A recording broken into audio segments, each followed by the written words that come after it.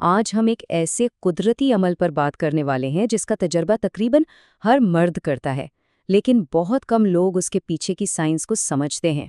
یہ صرف ایک جسمانی رد عمل نہیں ہے، بلکہ یہ ہماری صحت کے بارے میں بہت کچھ بتاتا ہے۔ تو آئیے، اس کے پیچھے چھپے راز کو سمجھتے ہیں۔ تو سب سے پہلا اور سب سے بڑا سوال یہی ہے کہ آخر صبح کے وقت تناؤ ہوتا کیوں ہے؟ جب کوئی شخص سو رہا ہوتا ہے، کوئی جنسی خیال ذہن میں نہیں ہوتا، پھر بھی جسم اس طرح کا رد عمل کیوں ظاہر کرتا ہے؟ آج ہم اسی سوال کا جواب تلاش کریں گے۔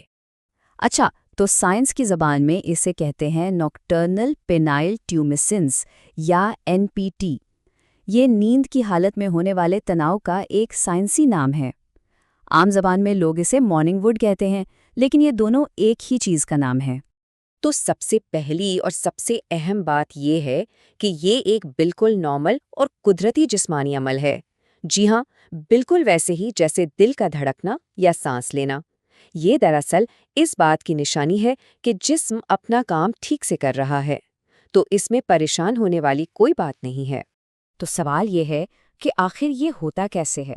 اس کا جواب ہمارے جسم کے خودکار نظام یعنی ہمارے اعصابی نظام میں چھپا ہوا ہے۔ آئیے دیکھتے ہیں کہ جب ہم سو رہے ہوتے ہیں تو ہمارا جسم کس طرح خود بخود کام کرتا ہے، بالکل ایک آٹو پائلٹ کی طرح۔ دیکھیں، ہمارے اعصابی نظام کے سمجھیں دو مین حصے ہیں۔ ایک ہے سمپیتھیٹک سسٹم جو دن میں ہمیں چست اور فعال رکھتا ہے، اور دوسرا ہے پیرا سمپیتھیٹک سسٹم جو رات کو ہمارے جسم کو آرام دیتا ہے اور اس کی مرمت کرتا ہے۔ تو ہوتا یہ ہے کہ رات کو جب کوئی گہری نیند میں ہوتا ہے تو اس کا آرام والا سسٹم یعنی پیرا سمپیتھیٹک سسٹم ایکٹیویٹ ہو جاتا ہے۔ اس سے خون کی نالیاں کھل جاتی ہیں اور عضو میں خون کا بہاؤ بڑھ جاتا ہے، اور یہ صرف ہوتا ہی نہیں بلکہ یہ عضو کو صحت مند رکھنے کے لیے بہت ضروری بھی ہے، کیونکہ اس سے اس کے ٹیشوز کو آکسیجن ملتی ہے۔ اور ایک دلچسپ بات یہ ہے کہ یہ عمل ایک رات میں صرف ایک بار نہیں ہوتا، بلکہ 5 بار تک بھی ہو سکتا ہے۔ اکثر ہمیں صرف صبح والے آخری بار کا ہی پتہ چلتا ہے جب ہماری آنکھ کھلتی ہے، لیکن اصل میں یہ رات بھر وقفے وقفے سے ہوتا رہتا ہے۔ تو اس سب کا مطلب کیا نکلا؟ آسان لفظوں میں ڈاکٹرز کہتے ہیں کہ یہ اس بات کا ایک بہت واضح اشارہ ہے کہ جسم میں خون کی گردش اور اعصابی نظام دونوں بالکل ٹھیک کام کر رہے ہیں۔ یہ ایک طرح سے جسم کا اپنا اندرونی ہیلتھ چیک اپ ہے۔ اچھا، تو اب تک ہم نے یہ سمجھا کہ یہ کیسے کام کرتا ہے۔ اب ذرا اس پر بات کرتے ہیں کہ یہ ہماری صحت کے لیے اتنا اہم کیوں ہے۔ یہ صرف ایک جسمانی عمل نہیں ہے، بلکہ یہ ہماری مجموعی صحت کے بارے میں بہت کچھ بتا سکتا ہے۔ ہاں، تو کبھی کبھار اگر ایسا نہ ہو، جیسے ایک آدھ دن کا ناگا ہو جائے، تو یہ بالکل نارمل ہے، پریشانی کی بات نہیں۔ اہم بات یہ ہے کہ یہ خون کے صحت مند بہاؤ کی نشانی ہے، اور یہ صرف بڑوں میں نہیں ہوتا بلکہ صحت مند بچوں اور یہاں تک کہ نومولود بچوں میں بھی پایا جاتا ہے، جس سے پتہ چلتا ہے کہ یہ کتنا بنیادی جسمانی عمل ہے۔ اس ساری معلومات کا سب سے عملی فائدہ یہ ہے کہ اسے ایک تشخیصی آلے کے طور پر استعمال کیا جا سکتا ہے۔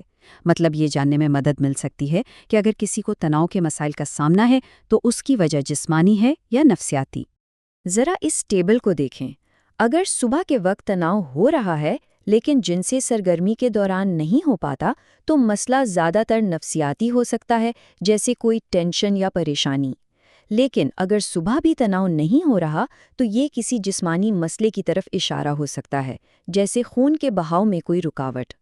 تو آخر میں سب سے اہم سوال یہ ہے کہ ڈاکٹر سے کب رابطہ کرنا چاہیے؟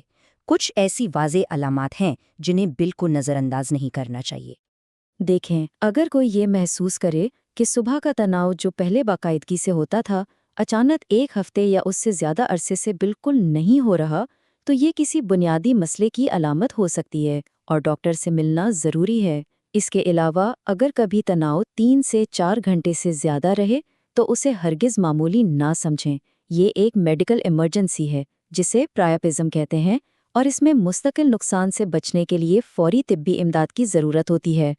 تو آخر میں یہ صرف ایک جسمانی عمل نہیں، بلکہ یہ آپ کے جسم کا آپ سے بات کرنے کا ایک طریقہ ہے۔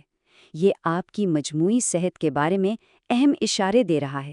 سوال یہ ہے کہ کیا کوئی اپنے جسم کے ان خاموش اشاروں کو سن رہا ہے؟